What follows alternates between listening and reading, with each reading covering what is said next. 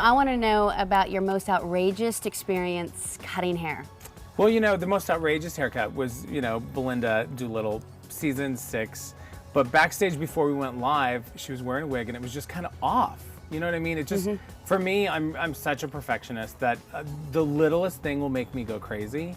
And so I decided before the live show, I have my assistants literally holding the side of her wig because I was tearing into it and cutting and like going crazy. And my one assistant goes to, you know, Melinda, are you okay? And she goes, oh no, I know he can do what he needs to do. She just trusted you. And it was just one of those things where the adrenaline takes over and you just go nuts. That's outrageous. And I was so happy I did it because 100% better.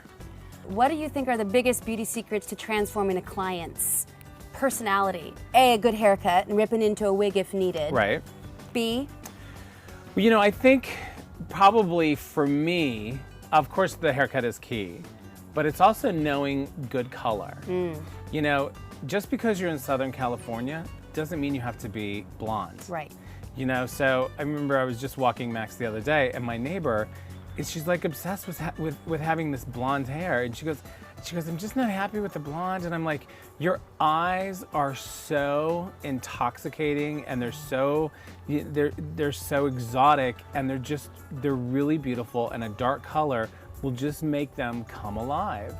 And she goes, really? And I'm like, yes. So how does then a client trust their hairdresser to change them from what they think is working, blonde, for example, to then you say, maybe go brunette? Right. But she trusts you. And I always go back to Sally Banowitz's golden rule, my mother. Everything in moderation. So if you are blonde, you know what? Start with some low lights in the Good old back. brown sugar. Well, you know, in the back nape, just do a couple of pieces so you can see how it looks. You know, sometimes we need baby steps. Right. And if you're gonna transition, and if it's gonna be a big transition, maybe you wanna go try a dark wig on. And So try some things out. Yeah, you know, explore your options. So maybe then that beauty secret would be just staying open and trusting the people that you're working with. Correct. But know that you have options before any color touches your hair. That's a really good point. I like that. Going into a wig store first and just trying it out. Yeah, and if you like that color, get a color swatch. Take that swatch to your hairdresser and work it out. Work it out. Bust it out. Busting out the Instyler. What's going on with that? So the Instyler is a new revolutionary tool. It's a rotating barrel iron, and there's a lot of new things that are coming into play with the actual infomercial and everything that comes with this. So on getinstyler.com, I have kind of like a beauty blog, and I give tips and tricks, and plus I have video of how to use it and how to use it effectively to style your hair a bunch of different ways. I watched one of those videos. It was about 3 minutes long, and I knew how to do it from the beginning to the end. You were so good at teaching quickly. But the thing is to make things user-friendly. Right. And the key is, if you don't get everything right at once, even if you pick up one little tidbit of that video and utilize it when you're styling, it makes a big difference. But you know, it's one of those things, and I'll just share. I've never done an infomercial before in front of the camera. I've done many infomercials with Tony Robbins and with Leeza Gibbons and, you know, all these other people, but I'm support. I'm behind, you know, I am backstage, I'm, you know, with curling irons and gel. And so when I'm in front of the camera, it's a little overwhelming. And so I went to this woman in Santa Monica who is known as like a global healer.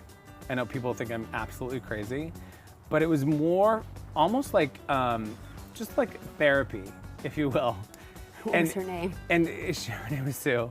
But she was really great because she goes, I know you believe in this tool, but when you have that tool in your hand, I need you to visualize things. I need you to visualize that is an extension of who you are.